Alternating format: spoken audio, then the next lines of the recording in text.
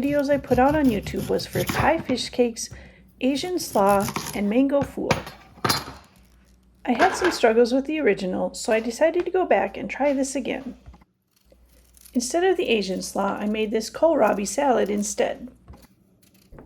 The original recipe calls for green papaya, but lists kohlrabi as an alternate option. Start by peeling and shredding about 2.5 cups of kohlrabi.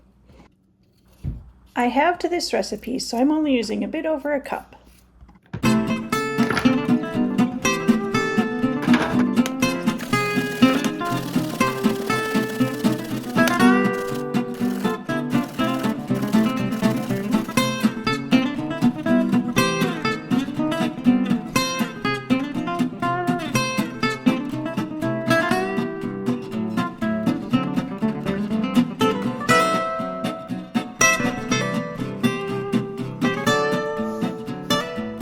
Next, cut fresh green beans into bite-sized pieces until you have 1/2 cup.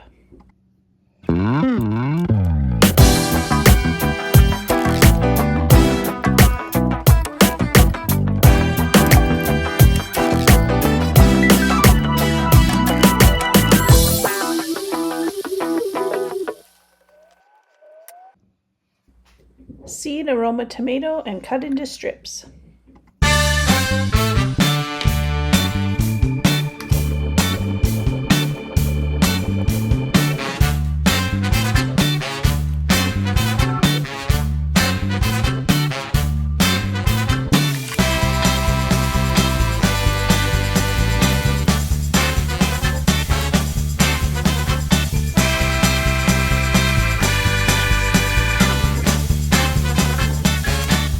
Add the dressing ingredients to a bowl, starting with fish sauce, then lime juice,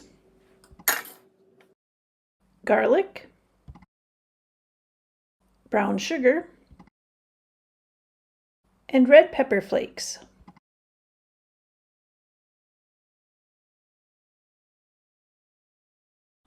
Add the vegetables.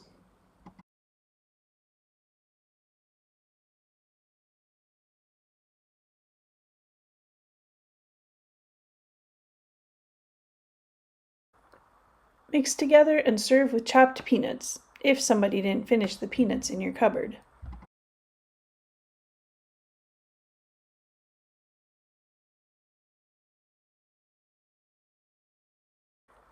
I put this in the refrigerator to chill while I worked on the fish cakes.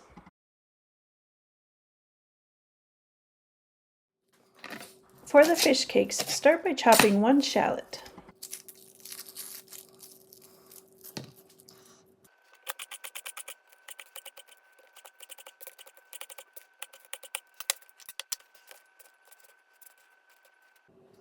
Peel and chop a 1/2-inch piece of fresh ginger.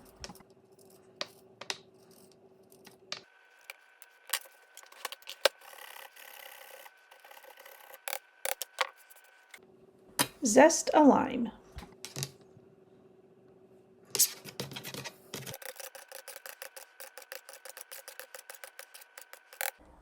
Measure 1 teaspoon of red pepper flakes, 1 teaspoon of sugar, and 1/2 teaspoon of salt. Mince 2 tablespoons of cilantro,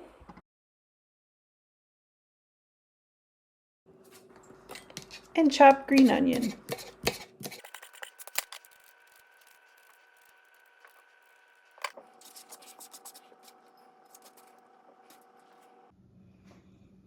To a food processor, add fish sauce,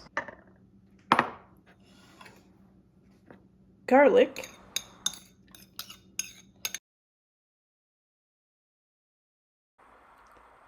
and the other ingredients minus the cilantro and green onions.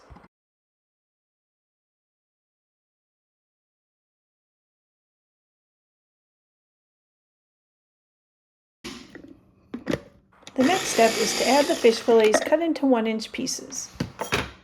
The last time I made this recipe, I added them all at once, which overfilled my food processor. This time I processed the fish in 2 batches.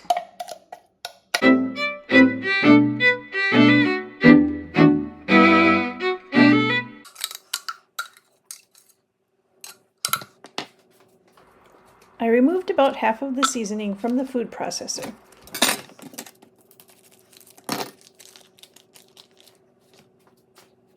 I believe last time I used cod, this time it's mahi-mahi.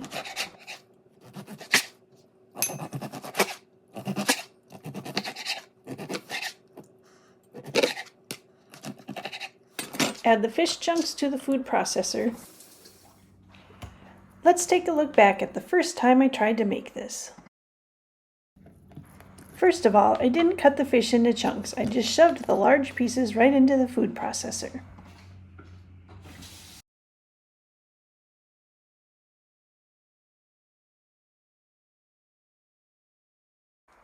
Surprisingly, it blended up okay, but I still have more fish to add.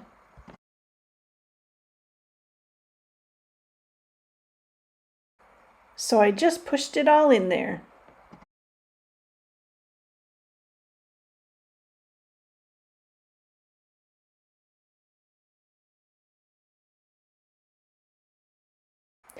And then I added an egg on top.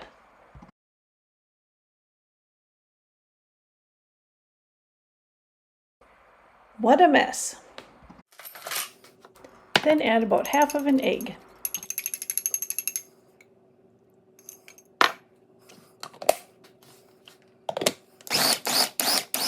Process to a paste, which really only takes a few seconds. Add in half the cilantro and green onions, and pulse a few times to combine.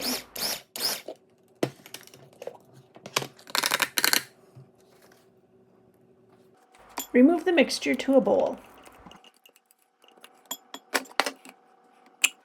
Then repeat the process for a second time.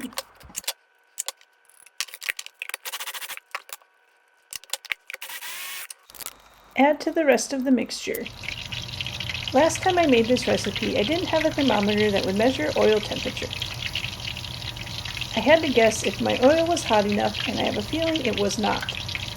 After the first batch, the rest of them kind of fell apart. This time I do have a thermometer, so I was able to keep track of the temperature much better.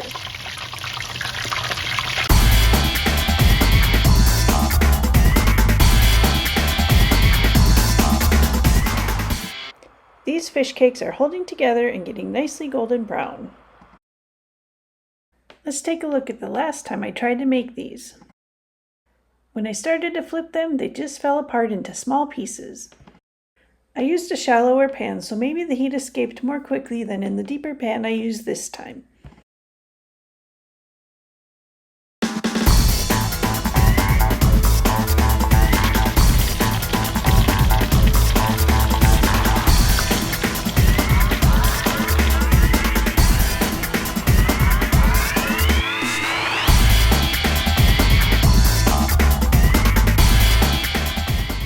They're ready to serve with a sprinkle of cilantro and a squeeze of lime juice.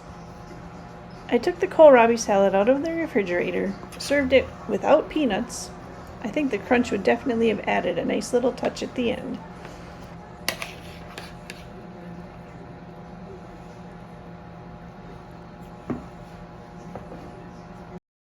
The acid and crunch of the salad paired well with the fried fish cakes.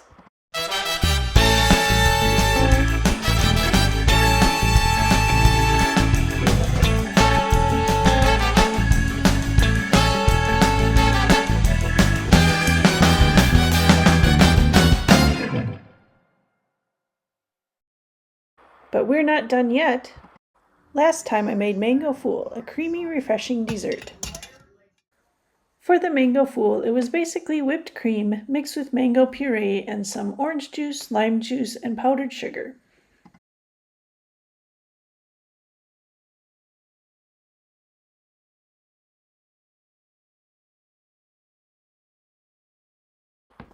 This time I wanted to change it up, so I tried making coconut sticky rice with mango. Right off the bat, I was unsure about the rice. We called for Thai sticky rice, I believe, which I wasn't sure exactly if it was a type of rice or a cooking method, so I tried cooking it in my Instant Pot in a pot-in-pot method. So water in the bottom, rice in a pot in the Instant Pot. We'll come back to the rice, but for the sauce, I heated up coconut milk with brown sugar.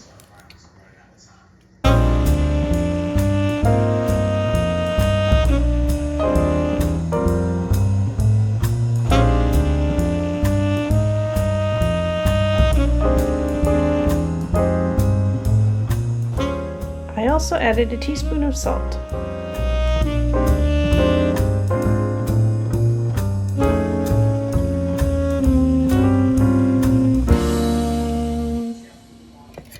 I expected the sauce to be thicker, but it may thicken up as it cools.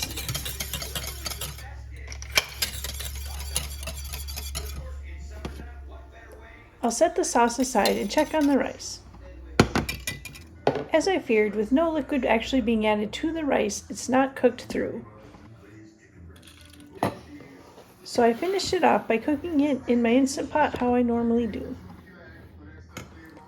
Now the rice is cooked through and ready to use.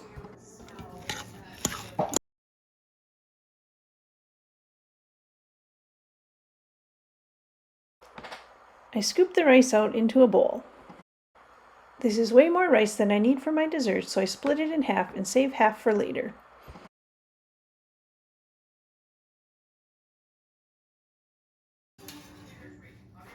Pour half of the sauce over the rice.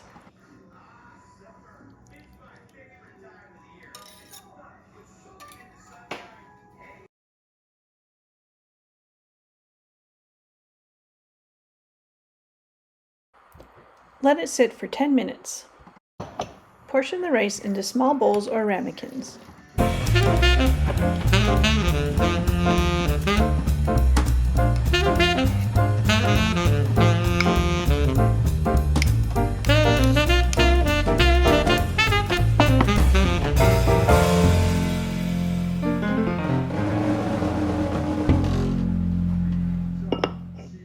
Unmold into a small bowl or plate.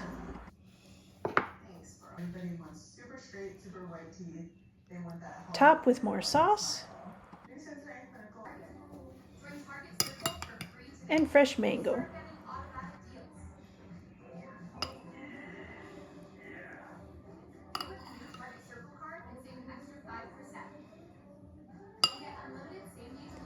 This was a perfect ending to our meal. It wasn't too sweet, and the fresh mango was a delicious topping. Let's eat!